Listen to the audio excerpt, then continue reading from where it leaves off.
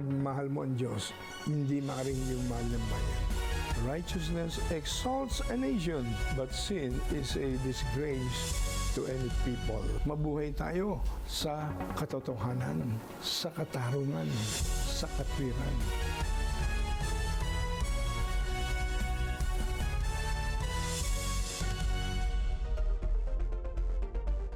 Ang ating kampanya para sa matagumpay na Pilipinas ay hindi limitado sa kahilingang maging masagana ang ekonomiya, mawala ang korupsyon o magkaroon ng kalidad na edukasyon. Nakapaloob dito ang pinakamahalaga sa lahat, ang maging makadiyos ang sambayanan. Sa ikalawang bahagi ng ating ika-27 selebrasyon, suriin natin ang iba't ibang aspeto ng ating lipunan na nangangailangan ng atensyon. Atensyon at aksyon hindi lamang mula sa ating gobyerno, kundi higit sa lahat mula sa ating Diyos. Magandang gabi, ako po si Kata Inocencio. At ako naman po si Alex Tinsay. At ito ang Diyos at Bayan.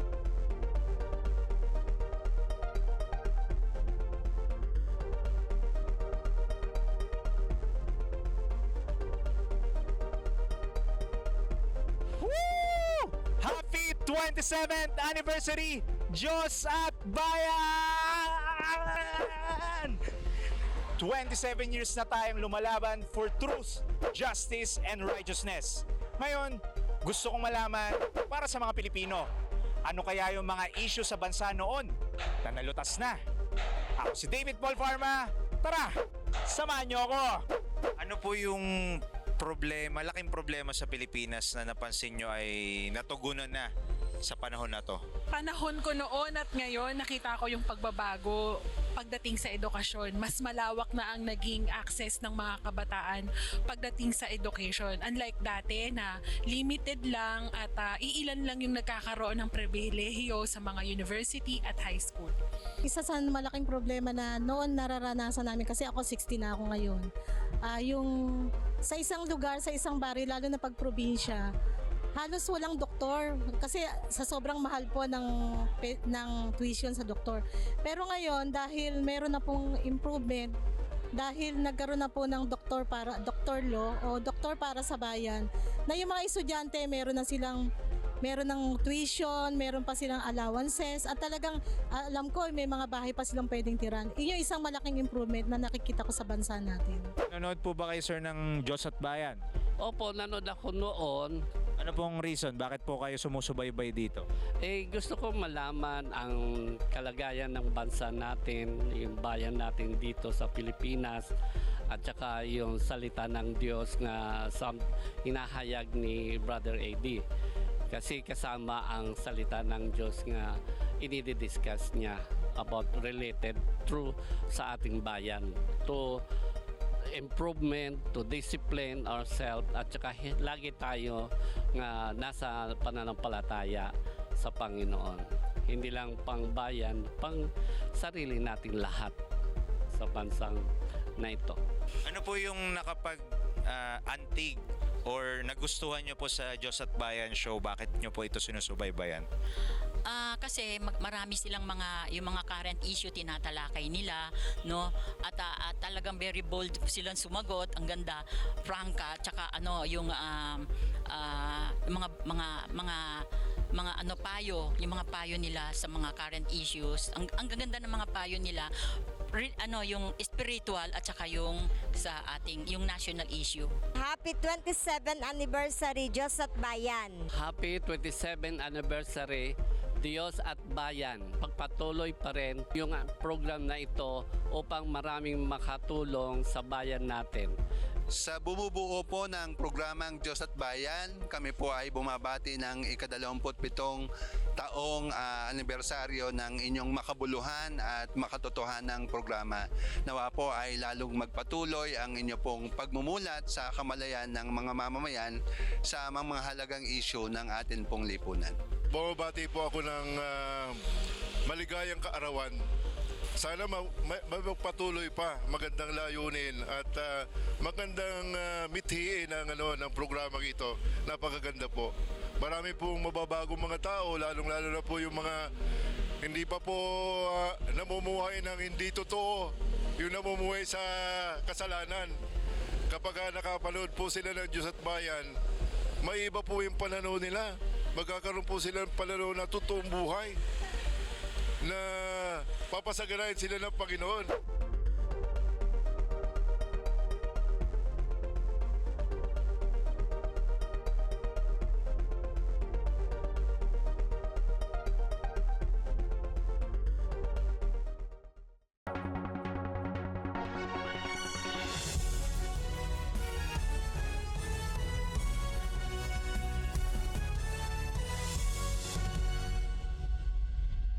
Sa ating programa, nagkaroon tayo ng mga makabuluhang talakayan tungkol sa iba't ibang sektor ng lipunan gaya ng pamilya, media, education, maging ang simbahan. Ngayon, balikan natin ang mga tumatak na diskusyon kasama ang iba't ibang stakeholders sa video na ito. Hindi natin maiwasan, di ba? Minsan sa pamilya mayroong mga hidwaan, at mga misunderstandings, may awayan. Siyempre nagpapahina ito doon sa kumbaga sa pagiging pamilya. At hindi natin maiwasan na dahil imperfect human beings nga tayo. Pero sa karanasan ninyo, Benji, no, sa inyong ministry sa Living Waters Philippines, alam niyo yung relational healing among families is possible in Jesus Christ. Paano kaya pwedeng maranasan ng isang pamilya ang revival ng Panginoon kung watak-watak na sila dahil sa mga sigalot? Alam mo, dito natin makikita kung gaano kahalaga yung mag-persevere kahit sa mess. Yung pag merong relational conflicts, kadalasan tayong mga Pinoy, ayaw natin noong nagko-confront o umiiwas tayo pag tayo nasugatan, nasaktan, mawawala na lang. Kahit sa simbahan, gano'n, no? Pero nakita namin sa Ministeryo ng Living Waters, mas lalong kapag ka dinaanan mo yung mga mahihirap na aspeto ng relationship, mas lalong lumalalim, mas nagiging intimate. Like, I remember nung nagsisimula pa lamang ang Living Waters 20 plus years ago, may nagkaroon ng sexual fall. Kami sa Relational and Sexual Healing Ministry, ang lakas ng tendency, sipain na lang yung mga problematic. No?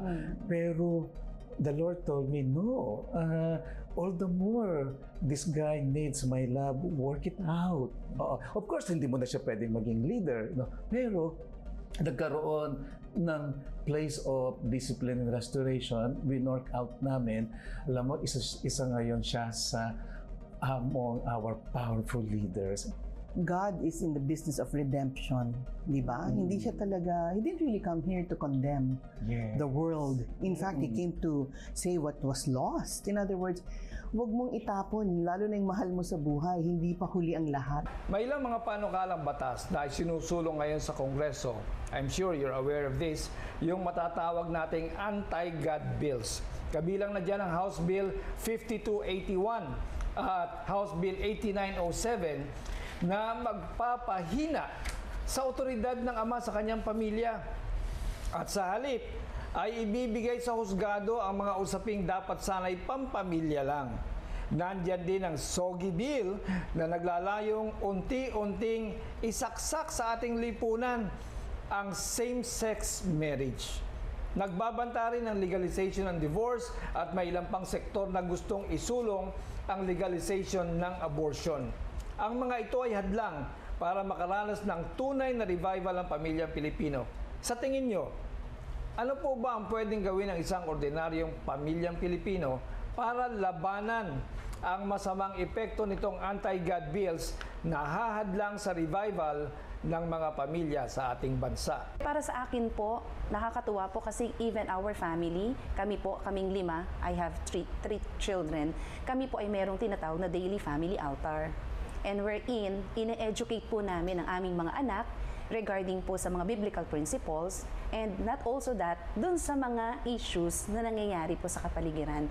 At baka po sila rin ay nakakaranas ng iba't ibang issue katulad ng sa SOGI bill natin and then po, gusto nyo na bang maging independent person? So, yun po ay natatalakay and even po yung teenage pregnancy, all of those things are tackled po during our daily family altar. So para po sa akin, mas maganda po ma-educate natin ang atin pong mga anak, lalo na po kapag nasa poder pa natin sila.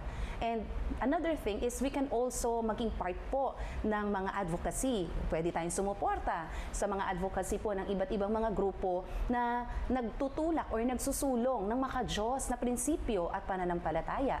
Pwede rin naman po natin na tayo po ay magbigay ng ating mga pananaw sa mga kinatawan ng ating pong pamahalaan, sa ating lokal na pamahalaan. Or gamitin po natin ang Facebook so that maipahayag po natin ang ating mga damdamin ng maka-Diyos na damdamin patungkol po sa mga bagay na iyan. Ito pong 10 kautusan ay mababasa po natin sa aklat ng Exodus at Deuteronomy. At alam po natin ito ay bahagi ng kasaysayan ng bayan ng Israel. Ano bang espesyal sa 10 utos na ito na ibinigay ng Diyos at may epekto po ba ito sa atin? Samantalang iba naman ang Pilipinas sa Israel historically, culturally, socially. How are we connected to the 10 Commandments as a nation? Ito na yung ating moral compass. Ito po yung 10 Commandments. Kasi nga po, mahalagang may compass talaga. Mayroon tayong babalik-balikan, may pundasyon.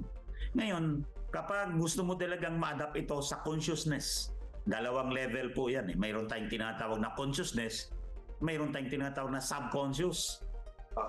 Paano siya mapunta sa subconscious? Yung subconscious, yun yung mga bagay na minsan nagagawa mo na hindi mo man lang masyadong pinag-isipan, pero lumalabas ng kusa, nagagawa mo ng kusa. Bakit? Nandoon sa subconscious mo. Paano mapapasok doon sa subconscious natin? Parang deposit yun sa loob.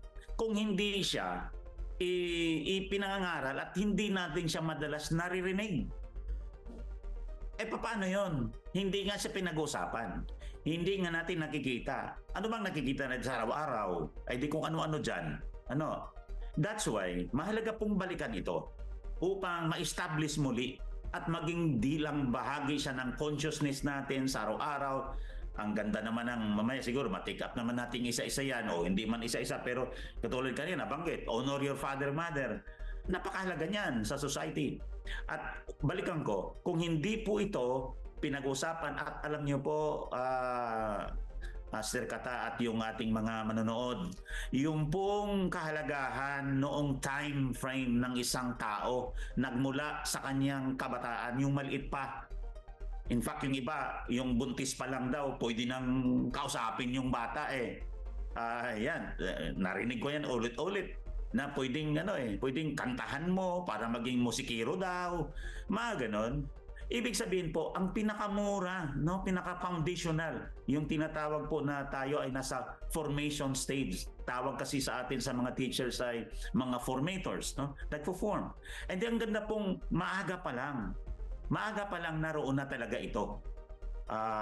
Sa kanilang murang kaisipan, injected na po yan. I think sis, yung freedom ay may limitation siya. Doon lang tayo sa truth, di ba? Kasi yung iba, inaabuso na yung sinasabi ng freedom of the press, nag-spread ng mga fake news. May hangganan ang freedom of the press. Freedom lang siya hanggat nagsasabi ka ng totoo. Pero kung hindi na yan totoo, hindi na yan kasama sa freedom. Matitigilan pa ba yung ganyang tinatawag na envelopmental journalism such that may mga media tayo na tinatawag nilang ACDC, attack and collect, defend and collect. I think the only way na mawala yung corruption is really kung puso ng tao, ng nasa media is only to serve the Lord, diba? So kasi pag alam mo kung ano ang purpose mo kasi kung bakit ka nagiging media personality or bakit ka naging influencer, you influence people for good, diba? Somehow, maski tayo in a way, influencers din tayo because meron tayo network of people that we can influence, diba? So, I think hanggat hindi nabago yung puso ng tao, at hanggat selfish ang tao, he or she will be corrupted with what is in the world. Sa turo ng salita ng Diyos, kailangan maging radical ang ating pananampalataya. Why? Because ang sabi, lahat na ibinigay sa atin ng Diyos, having disarmed principalities and powers, He made a spectacle of them, triumphing over them. Sabi ng Bible, tayo magtatagumpay na, bakit ganun? Parang walang tagumpay. Para sa akin po, ang gusto kong makita sa mga churches ay yung sila ang defender, tagapagligtas sila ng mga taong inaapi, mga taong ninuyurakan, mga taong walang kapasidad na lumaban sa katiwalaan maging sa ating pamahalaan. The church must be tumindig doon dahil sila ang may kapangyarihan. Sila yung talagang may power and authority na talagang mabago yung ganong sistema. Eh ngayon, yung mga churches pagdating sa politiko, pagdating sa ayaw Parang hindi kami kaano dyan, marumi yan Hindi kami pwedeng mag-involve dyan. Sa Bible, piling ko. Kaya nangyayari mga drug lord ang nahalal Kaya nga Tapos, yun ang sabi ng Bible. naapektuhan yung simbahan. Sino ang nagdudumi ngayon? Sino ang nangunguna ngayon? Ay yung mga hindi talaga nakakilala sa Diyos. Ay anong ginagawa ng simbahan? Dapat talagang tumindig siya. Kung makikita mo sa Isaiah 61, tagapagligtas si Jesus nung dumating. Nasa ngayon yung mga simbahan. Kaya nga kailangan nating ma-unite. Kailangan magkaisa ang body of Christ. Kasi pag nagkaisa isa to, at lalaban natin anumang katiwalaan dito sa pamahalang ito. Mga batas na ginagawa sa Senado, sa Kongreso, kung lalabanan ng body of Christ yan, hindi mananalo yan. Dahil ang dami natin. Pero anong ginagawa ngayon ng body of Christ? Wala, nakikinig lang. Naghihintay lang kung anong mangyari. Ay maya-maya, nasa batas na. O paano? Kung tayo hindi magkakaisa, mahihirapan tayo. Pero kung mayu-unite ang body of Christ, Luzon, Visayas, and Mindanao, naku, pag nagsabay-sabayan na talagang umalma na hindi tama ang batas na ito ay talagang taliwas sa salita ng Diyos at parurusahan ang ating bansa. Kaya ang challenge ko po sa body of Christ is time to unite. Hindi yung pagdating ng eleksyon, gihiwa-hiwalay tayo. Sana malampasan na natin yun.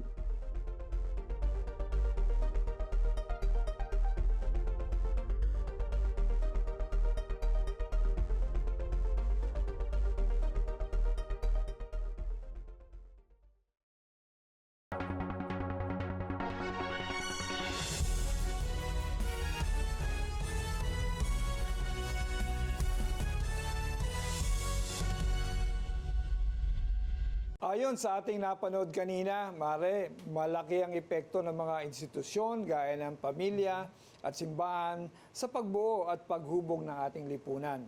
Kapag depektibo ang kahit isa sa mga institusyon na yon na binubuo rin ng gobyerno, ekonomiya, sports, media, maging ng agham at teknolohiya, ang mga susunod na henerasyon ang tiyak na maapektuhan. Totoo yan, pare, dahil kung mapapabayaan natin, unang-una, I think the basic institution is the family.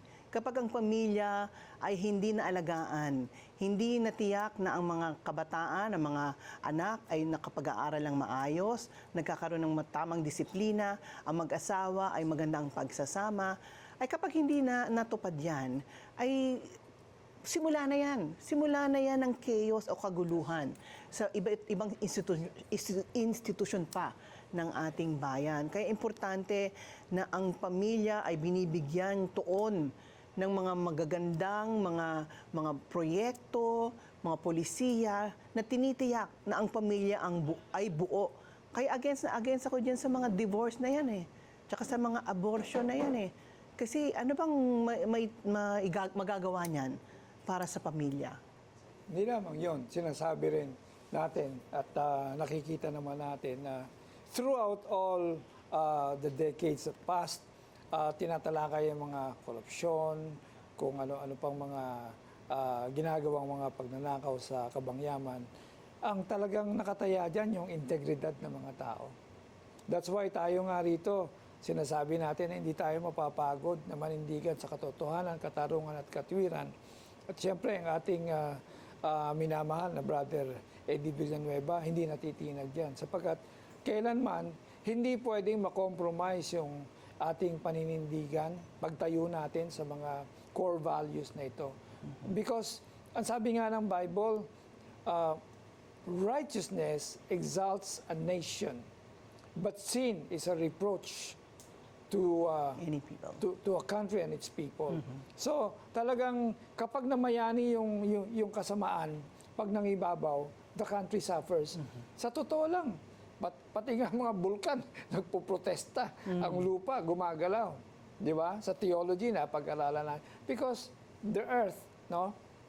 Para bang nagre-revolt tayo sa nangyayaring injustisya. Pare, napaka-importante din ng papel natin bilang media. Okay? Dahil kung tutuusin mo, ang media, parang unang teacher siya ng mga bata eh. Kasi ang media invades the homes. Mga television, radio, internet. Di ba? Pinapasok niyan ang mga tahanan at nakakapagbigay sila ng impluensya, lalo na sa mga kabataan, sa pag-iisip nila. Eh kung papasukan ng mga fake news, kung papasukan ng mga maling ideolohiya, di ba? Eh masisira agad ang pundasyon ng mga kabataan. Kaya importante na talagang i-build ang family, ang church, lalo na ang church, no? Palagi ko malaki ang responsibilidad ng church, you know, sa pagpapanatili ng katatagan ng mga pamilya, pati kung ano yung mga inaaral ng mga bata, kung ano yung kanilang mga pinapanood. Palagi ko nanggagaling din yan sa simbahan. At syempre, ang media, kagaya natin, pare, nasa isang banda tayo ng media na we're being responsible. Okay? Kaya lang, meron din naman, alam natin, na meron din namang mapagsamantala at nababayaran, okay? At isinusulong ang kanilang sariling agenda. Kaya nga tayo yung watchdog eh. Tayo yung tagapagbantay, tayo nakakaramdam ng pulso ng bayan. Kaya nga tayo Diyos at bayan. Kung ano ang moralidad ng bayan, yun ang kompas. Tama. Yun ang kompas ng progreso, ang pagkakaisa, kapayapaan. Sa pagpapatuloy ng selebrasyon ng pagkakatatag ng ating programa, ngayon naman ay silipin natin ang iba't iba pang aspeto ng ating bayan na dapat ding bigyang importansya ng mga kinauukulan. Panoorin natin ito. Kamakailan lamang po ay malawakang baha ang bumalot sa Metro Manila dahil sa habagat at sa bagyong Karina.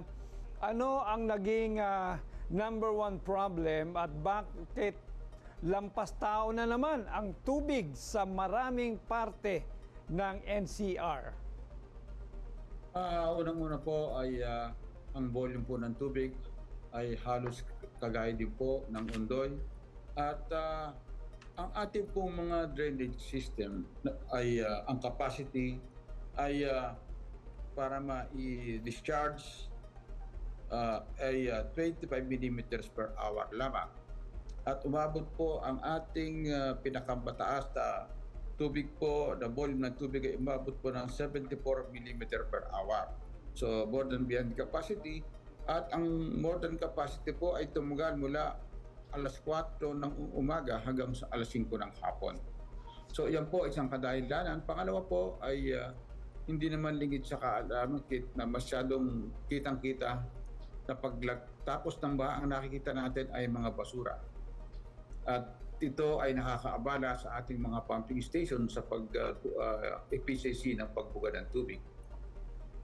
Kaya nananawagan tayo, paulit-ulit tayong nananawagan sa ating mga kababayan na sana maging responsable sa pagtatapo ng kanilang mga basura. Maraming salamat po sa inyong tinulan dahil talagang bumasi kayo sa statistika. We're talking about, of course, the drainage na kung maayos yan, madali pong mawawala. Nangyari po, 2 days na meron pa mga nire-rescue Opo, Undersecretary Procopio. Ano po ang inyong mga... Actually po, ay kukumpara natin to sa Ondoy. Nas papakabilis po ng hamak ang pagbaba ng baha ngayong bagyong Karina as compared to Ondoy. Kung titingnan natin, ang Ondoy umabot ng 2 to 3 weeks, ito ay 2 to 3 days lamang. At nagpahirap lang talaga sa atin dito yung dami ng basura. At alam naman natin yung nangyari, particular, kaya tumagal sa parte ng Malabon na Botas dahil nasira po yung navigational gate. Sabi nila, we look up to Manila. Sabi nila, yung nagsisimula pa lang Singapore, sabi niya, what happened? So nakalulungkot po, no? Kailangan sustained, no? At talagang pinag-aaralan at wag na po nating patagalin yung master plan na yan. Marami pong salamat. Tama po kayo. Kailangan po talagang bilisan na natin to dahil ito inaasahan natin magiging kasagutan ng paghihirap ng ating mga kababayan dahil sa dinudulot ng malaking pagbaha. with all of this pressure around you, and you're not only just against the Hamas in the south, but there's the Hezbollah that you're dealing with, and the Palestinian Islamic Jihad, the Houthis, and from all over and from within, you have a serious battle going on. How do you intend to deal with this, Mr. Ambassador? I know that you are steadfast. As you said, people are suffering. We are doing what we can to ease the suffering. We are allowing humanitarian assistance, food. We actually came out a few days ago with a campaign of information on the number of trucks and the tons of food that was allowed in Gaza, because there are claims that there is starvation in Gaza. These claims have already started last November, but until now there is no evidence of starvation in Gaza. This is fake news. There is food in Gaza. It's not fun in Gaza. It's a war zone. But Hamas is using human shields, and Hamas is causing casualties to civilians because it's using human shield. They're using hospitals, mosques, schools. They have no barriers. They're using people as shields. It's a bad organization. And as you said, it's not only Hamas, it's Hezbollah, it's the Houthis from Yemen who are also killing Filipinos. Filipino seafarers were killed by Houthi missiles on a ship, innocent seafarers. So terrorism has no borders. We know that behind it, first of all, we have Iran, which is financing, which is supporting, and Iran is the source of evil these days in the Middle East, and we cannot allow Iran to be part of the solution. If they do not continue, ang leadership ng Hamas nandyan ngayon sa Rafah. Si Yahya Sinwar, ang mga nagpasimuno ng October 7. Kung tayo po ay, if they will stop the war now, they will gather all the Palestinian jihadist forces that are still in other parts of the Gaza, sa Khan Yunis at kung saan-saan, at magre-regroup na naman. Let's do what we can because the nations will intervene again. Kakampihan na naman.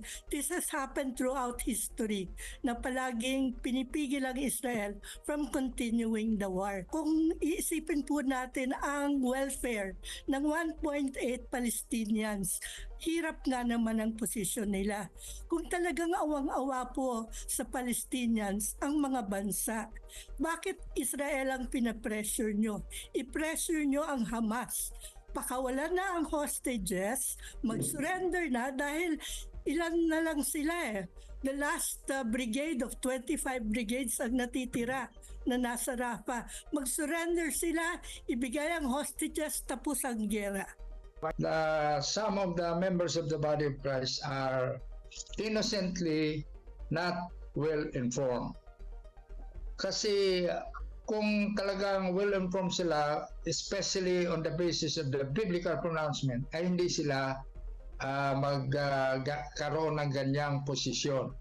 Sapagkat sa aking obserbasyon, all of those who are truly believers of the Holy Scriptures believe also on the sacredness of the destiny of Israel as far as God is concerned. Ilang beses po kasi sinabi ng Panginoon na aalagaan niya Israel. At sabi sa Genesis 12:3, ang sino mang those who oppose Israel will be opposed by God. And those who will bless Israel will be blessed by God.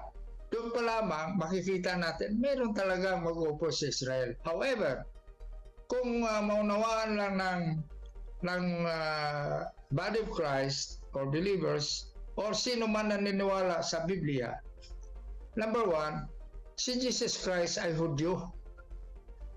And because He is a Jew, meron tayong tinatawag na spiritual ascendancy to support Israel. If we belong to Jesus Christ, it is automatic for us to support Israel.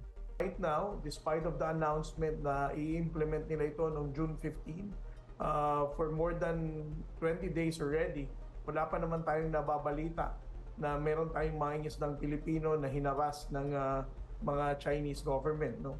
So para sa amin, ang term na pag-aresto or pagdakip ay inappropriate, no? Para sa atin, this is just a form of harassment, no? Or hostile act for the Chinese Coast Guard na mag-aresto ng ating mga mangingisda. Dahil in the first place, they don't have legal basis or reference, no, to justify such illegal action. President-elect Trump promised that Christianity will have power during his administration. May I ask both Gordon and Brother Eddie, how powerful do you think is that statement? The Apostle Paul says you become more than victory. You become more than a conqueror through the love of Christ given to you. Christians love people to death. That's what we're supposed to do.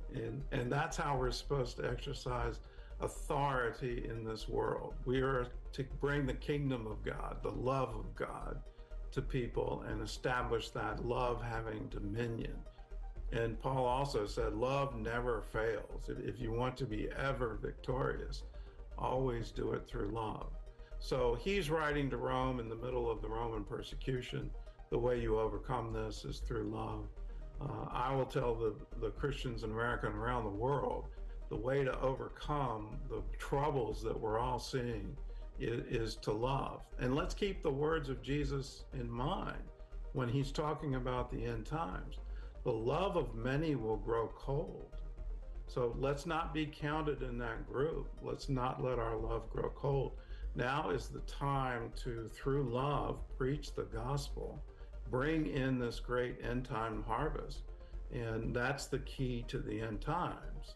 Weeks before the election, some people asked me how come I was so passionate in supporting Trump at a distance through prayers and even enlightening the body of Christ. First, I told them I saw by my own eyes when former President Biden made a public proclamation. He said, and I quote him along this line, "This is the greatest day in America because today I am now signing the legalization of same-sex marriage." Then presidential candidate Trump, he said, God made only two genders, male and female. And Trump is all out in opposing abortion and, of course, his I would say, uncompromising stand for Israel. Hindi na po ito isang driver na walang benepisyo kahit saan sa gobyerno.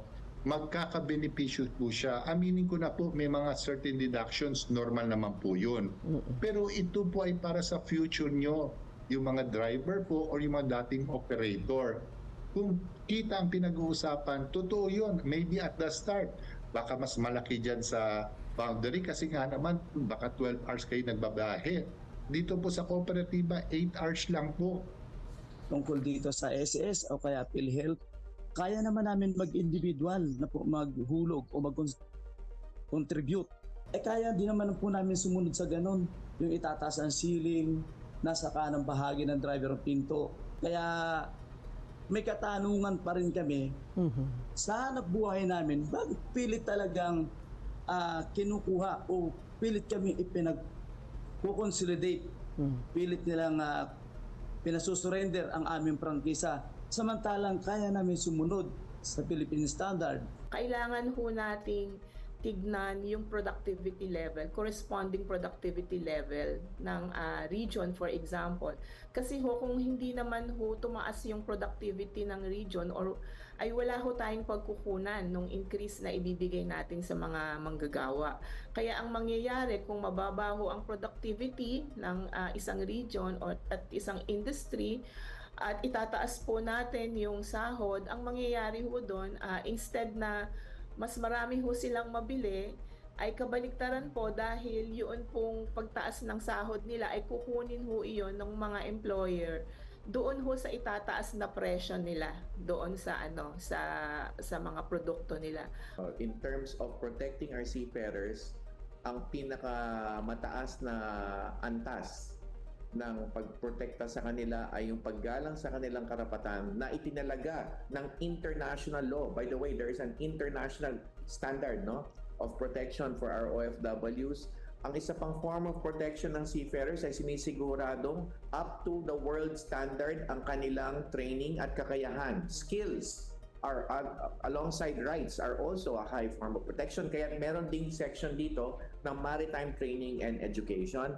And then lastly, merong kaparaanan kung saan makakapagsumbong reklamo o makakapagsulong ng idinudulog na issue or concern or demanda ang isang seafarer kung nilabag ang kanyang mga karapatan.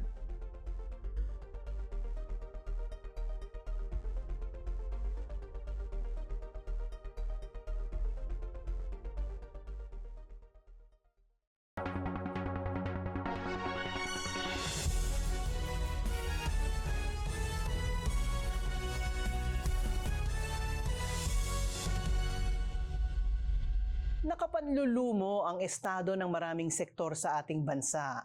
Laganap ang fake news. Marami ang walang trabaho. At mahirap ang access sa healthcare.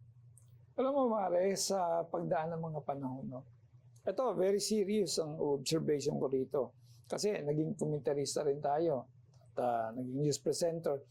Pero maraming mga problema na hanggang ngayon naghahanap ng kasagutan. Paulit-ulit lang. Problema sa basura, sa tubig, sa mga, alam mo yung mga essentials natin, presyo ng mga bilhin, hindi nawawala eh. Kasi nga, inuuna yung pansarili. Di ba? Halimbawa na lang sa unemployment. 2 million. Walang trabaho. Ibig sabihin, napakarami nun. There's so many numbers to be ignored. So kailangan, ang dami kasing issue parang tatakpan yung issue. May mga drama na gaganap, alam mo na. So kailangan tutukan natin yun. Tutukan natin. Mahal pa rin ang kuryente, ang presyo ng bigas. Di ba? Marami tayong magagawa Pero pare, alam naman natin ang pinakaugat nito, korupsyon eh. Correct. Kasi may pera ang Pilipinas. O isa ka nakakita na may naka-appoint pala na budget na 55 million ba para sa flood control, ay hindi naganap ang flood control pero nawala yung pera. Nauuna kasi ang pagsaksak sa bulsa ng mga corrupt na nakakahawak ng pananalapi ng ating bansa. Hanggat hindi natutukoy ang korupsyon ay hindi magagawa yung mga magaganda sanang proyekto na kailangan ng ating mga kababayan. Nandiyan na yung healthcare. Yan, malaking issue para sa akin yan. Pare, dahil ang Pilipinas lang yata ang walang tamang healthcare. Kaya marami tayong mga kababayan sa ibang bansa na hindi makauwi kahit gusto nilang umuwi. Dahil wala ngang healthcare dito. Kung kailan tumanda, ay saka pa tinatanggal sa health insurance. Saka nakakita ng ganon. Diba? Kung yung mga nangangailangan ay hindi nila ma-access ang kailangan nilang gamot. Pwede namang solusyonan yan Kung yung bang budget na ina-allocate dyan sa healthcare ay tiyak na doon na pupunta at hindi nadudukot, nananakaw ng korupsyon. At saka siguro dapat sinusuri natin talaga yung mga tumatakbo sa eleksyon. Yung bang kasi ang public service hindi para magpayaman kundi para makatulong ka. Kasi kung yung mindset ng mga tao ay talagang dahil may budget diyan, nawala na nga yung pork barrel, pinalitan naman ng mga insertion ng mga budget. Imaginin mo, bilyon inilalang para sa pagbili ng mga motorsiklo. So, yun talaga, sabi nga, there's something about politicians na yung pag hindi mo nabantayan yung greed ng mga politiko. We're not, wala tayong tinutukoy dyan, no? Kasi, siyempre, malaking tukso yan So, dapat talaga yung tuloy-tuloy yung ombudsman, yung lifestyle check na ganyan. At saka yung kakayahan ng mga politiko na hindi yung nananatili lang dyan dahil meron silang pinoprotektahan. Ay, naku talaga naman. Kung anong leader ang mga nakuha natin ay kasalanan din natin or kagustuhan natin. Hindi ba dahil tayo ang pumipili? Kaya dapat talaga ito yung eleksyon ay inaabisuhan natin ang ating mga voters na talagang mapanuri sila sa kanilang pipiliing na mamumuno sa atin. Dahil nakasalalay talaga sa kanila ang ating kinabukasan. Dahil di ba, everything rises and falls on leadership. Ika nga ni si John Maxwell bang may sabi noon, kapag ganoon, talagang saan pa tayo pupulutin? Hindi ba kung hindi tayo matututong umahon at tayo matututong umahon kung yung ating pipiliing mga leader ay yung talagang may puso at pamamalasakit sa ating mga kababayan. Saka huwag natin alisin si God sa equation ng ating buhay. Yes. Kasi pag nawala na siya, parang free for all, yan ang nangyayari. Yun na start. Sabi nga, Rome did not die in one day. Dahan-dahan yung moral decay. Ngayon naman po ay muli nating pakinggan ang mga tumatak na salita ng Diyos para sa bayan kasama si Brother Eddie Villanueva.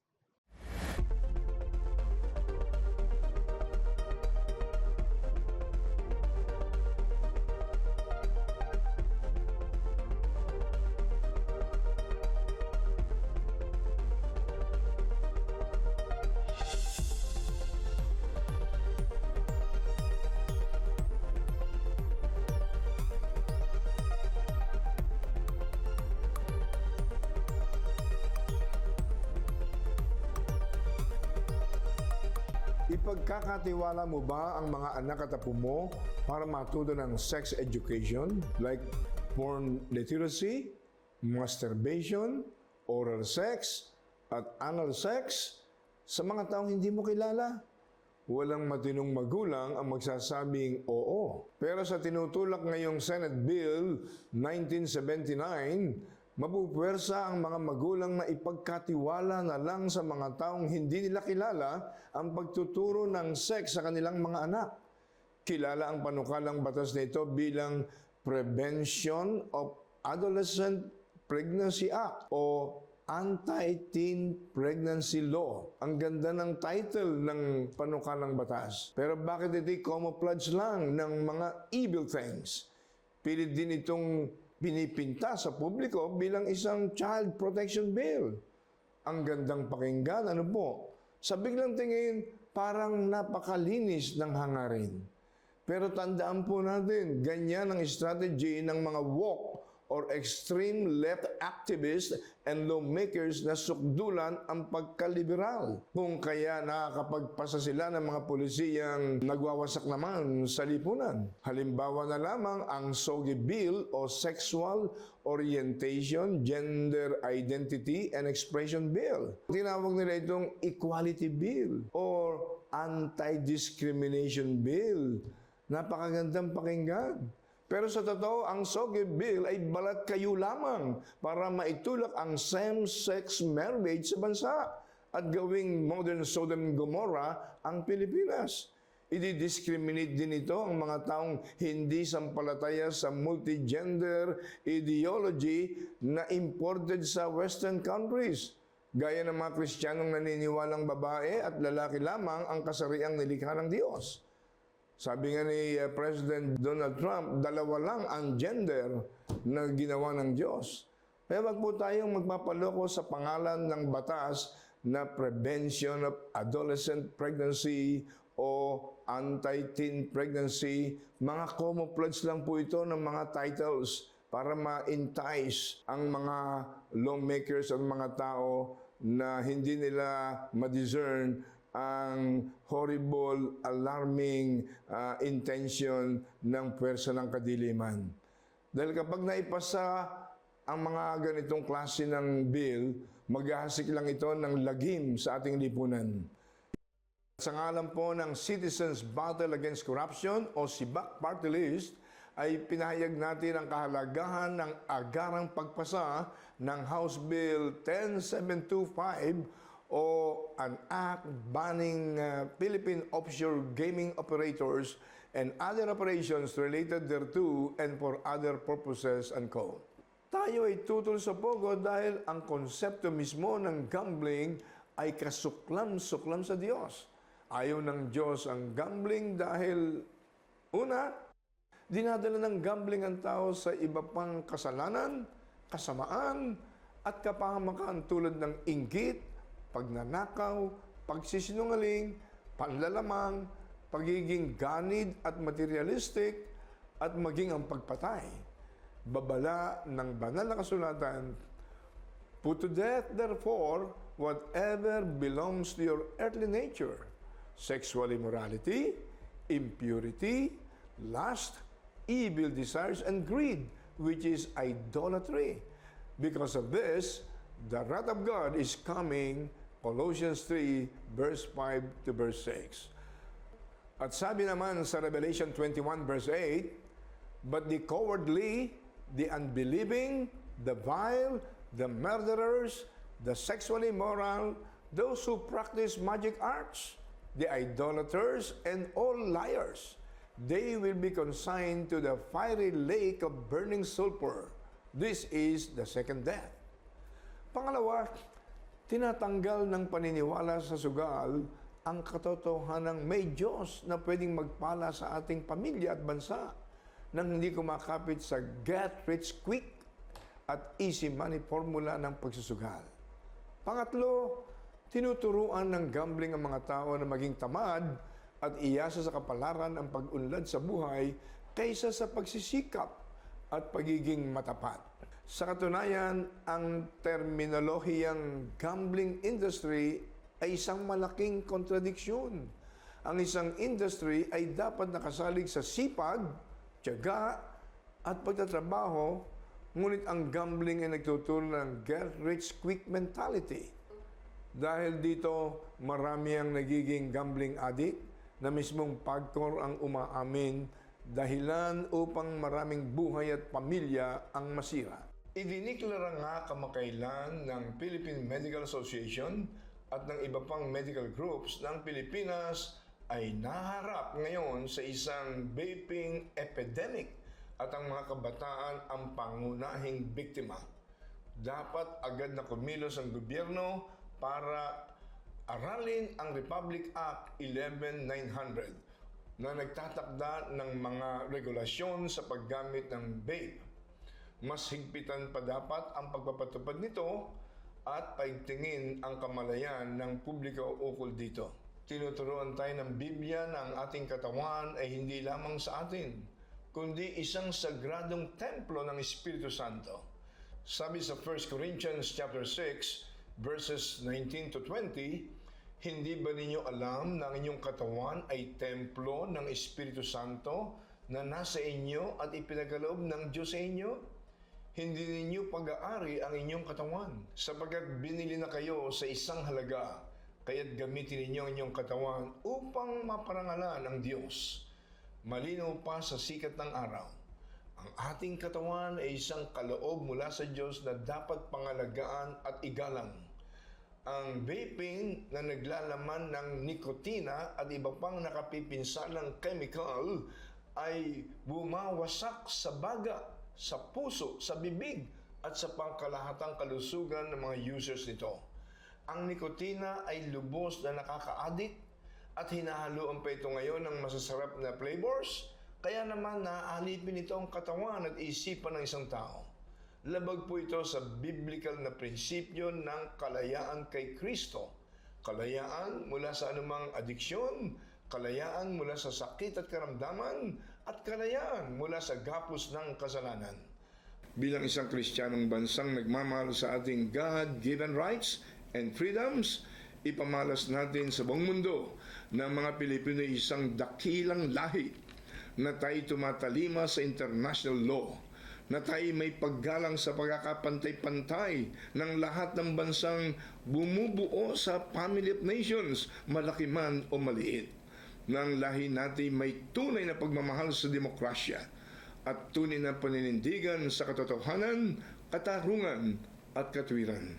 Sabi nga ng malapit kong kaibigan si General Rossetti Almonte, na isa sa mga highly respected national security experts in the modern history of Asian diplomacy and nation crafting, maaaring hindi kakayanin ng Pilipinas na maging isang world military superpower overnight o maging global economic power overnight. But we can emerge as a highly credible moral superpower in Asia and in the world because of our deep devotion to God and the Bible. ang Pilipinas ay pwedeng maging isang moral force sa international community na tanyag sa pagiging makadiyos at makatao. Kung sa ganitong katangian makikilala ang ating bansa, siguradong aani tayo ng respeto at pagtingala at paggalang maging sa mga bansang makapangyarihan. Sa huli, manalangin tayo para sa kaligtasan ng ating mga mangingisda, ng ating Coast Guard, at ng lahat ng sangay ng ating pwersa militar at pambansang seguridad. Patuloy nating angkinin ang tagumpay ng Pilipinas sa Hague Arbitral Ruling at palakasin natin ang ating pananampalataya sa buhay na Diyos na ating kanlungan at kaligtasan sa gitna ng anumang pagsubok sa buhay. Higit sa lahat, panghawakan natin ang katapatan ng Diyos sa mga anak niyang patuloy na nananalig sa makapangyarihan niyang pangalan. Sabi nga sa Proverbs 18:10, "The name of the Lord is a strong tower. The righteous run to it and are safe." Ayon din naman sa Proverbs 14:34, "Righteousness exalts a nation, but sin is a reproach or a disgrace to any people." Dapat po ay may managot. Dapat may makulong. Kaya mukhang napapanahon ang sinasabi ng banal na kasulatan tungkol sa tinatawag na imprecatory prayers. Ang imprecatory prayers po ay ang pagtawag sa Diyos na sumasalangit para makamit ang hustisyang mailap sa lipunang pinaghaharian ng kasamaan. Ito po ay panalangin maparusahan ng banal na Diyos ang mga taong ayaw magsisi at tumalikod sa kanilang kasalanan. Ang Biblia ay puno ng mga tinatawag na imprecatory psalms gaya ng Psalm 69 at Psalm 109. Sa Bagong Tipan, may mga halimbawa rin ng imprecations gaya ng 1 Corinthians 16:22. "If anyone does not love the Lord, a curse be on him. Come, O Lord." Maging ang mga santo sa langit ay nananalangin sa Diyos na wasakin niya ang mga masasama sa lupa. Revelation 6:10, "They called out in a loud voice, 'How long, sovereign Lord, holy and true, until you judge the inhabitants of the earth and avenge our blood?" Totoo pong ang ating Panginoong Diyos ay mahabagin at inialay ang kanyang buhay para tubusin tayo sa kamatayan. Ngunit totoo ring may araw ng paghuhukom. May araw ng pagsusulit ng lahat ng ginawa natin sa lupa, mabuti man o masama. At wala pong natatago sa Diyos.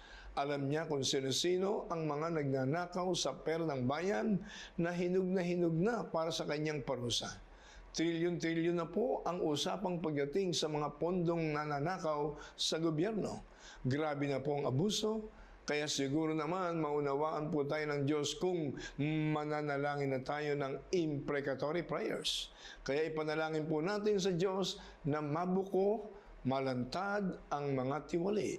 Sino ang mga congressman minadali ang pag-insert ng mga maanumalyang proyekto? Sino ang mga overpaid contractors? Sino ang pumalpak na project implementor? Naway mahabag ang Panginoon sa ating bansa, ma-expose ang mga may sala at mabigyang hustisya ang mga kababayan nating taon-taon ay nagdurusa sa baha. Habang pinapanalangin po natin ito, tandaan natin kalooban ng Diyos na ang mga nasa kapangyarihan ay managot sa Kanya sa araw ng Kanyang paghukom. Mare, magpaalam na tayo. Oo nga, nako, congratulations pare. 27 years of Joseph Bayan. tayo. Lalo kang bumabata. Congratulations, especially to our dear brother Yes, Eddie. Brother Eddie Villanueva. Maraming salamat po sa inyong pakikiisa sa amin sa pagdiriwang ng ika-27 anibersaryo ng aming programa. Samahan niyo po kami sa mas marami pang diskusyon sa ating lipunan. Kaya naman para sa Diyos, huwag sana tayong matakot manindigan para sa katotohanan, katarungan at katwiran. At ako pong muli ang inyong lingkod, Alex Tinsay. Kata Inocencio po, magkita-kita po tayong muli sa susunod na linggo dito sa Diyos at Bayan!